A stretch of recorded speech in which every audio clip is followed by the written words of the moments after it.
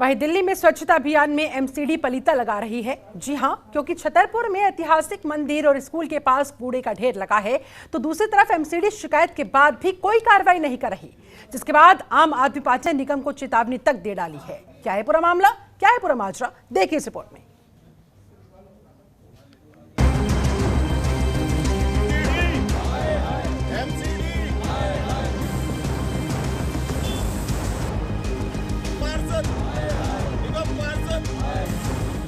ये गंदगी देखिए, कूड़े का ढेर देखिए। ऐसा लगता है कि यहाँ महीनों से कूड़ा नहीं उठाया गया। दरअसल ये तस्वीर देश की राजधानी दिल्ली की है। दूसरी हकीकत ये है कि कूड़े का पहाड़ दिल्ली के ऐतिहासिक मंदिर के पास लगा है। जिस देश में पीएम मोदी के स्वच्छता अभियान को बुलंदियों पर पहुंचाने की कोशिश हो रही है, तो वहीं दूसरी तरफ राजधानी दिल्ली में दिल्ली नगर निगम उसी स्वच्छता अभियान की धज्जियां उड़ाता दिखाई देता है।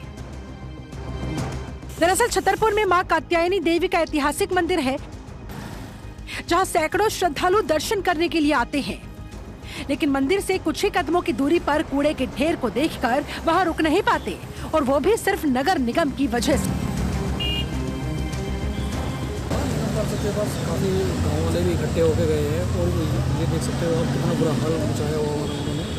यहाँ से कोई मंदिर में जाता है, दर्शन करने के लिए जाता है, और मुँह पे कपड़ा रख के जा रहा है। मतलब बहुत ज़्यादा बदबू आ रही है, यहाँ कोई बैठ नहीं सकता।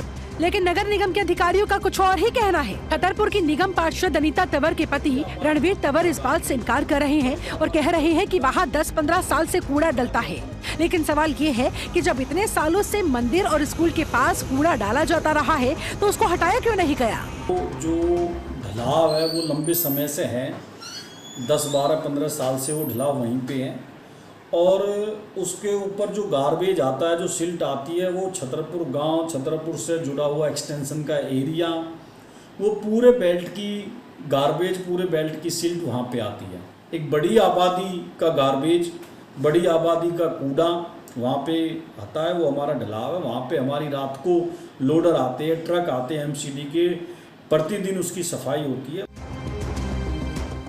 इतना ही नहीं, इस कूड़े के ढेर पर अवैध तरीके से मलबा भी डाला गया, जबकि वो प्राइवेट जमीन है, फिर भी उस पर मलबा डाला जा रहा है। चौंकाने वाली बात यह है कि यहाँ सामने एक एमसीडी का स्कूल भी है, लेकिन अगर यहाँ जमीनी हकीकत की बात की जाए तो यहाँ पर साफ सफाई के नाम पर कोई काम नहीं किया जाता। ऐसा नहीं कि यहाँ रहने वाले लोगों ने इसकी शिकायत न की हो, बल्कि कई बार स्थानीय निगम को मंदिर, स्कूल और गंदगी के बारे में बताया गया, लेकिन कार्रवाई के नाम पर कुछ नहीं हुआ, न ही कोई सुनवाई हो पाई। अगर आप देखिए तो ये सारी जिम्मेवारी होती है निगम की, और अगर निगम अपना काम नहीं करेगी तो बाकायदा फिर हमें कुछ एक्शन लेना पड़ता है, जो हमारे अकेले के बस की इतना कुछ है नहीं। इतना जो आप कूड़ा देख रहे हैं ना, इतना अंबार कूड़े का एक छतरपुर का तो है नहीं, ये हमें भी पता है और यहाँ के स्थानीय लोगों को भी पता है। ये सारा कूड़ा बाहर से लेके आता है, बाहर से आता है, और सारा का सारा यहीं पे बिल्कुल कॉन्ट्रीब्यूट हो रहा है। और इन्होंने जो सबसे बड़ी गलती की, जितनी भी डस्टबिन थी वो सब बेच के और सारा का सारा कूड़ा ये ओपन में फैला रहे हैं।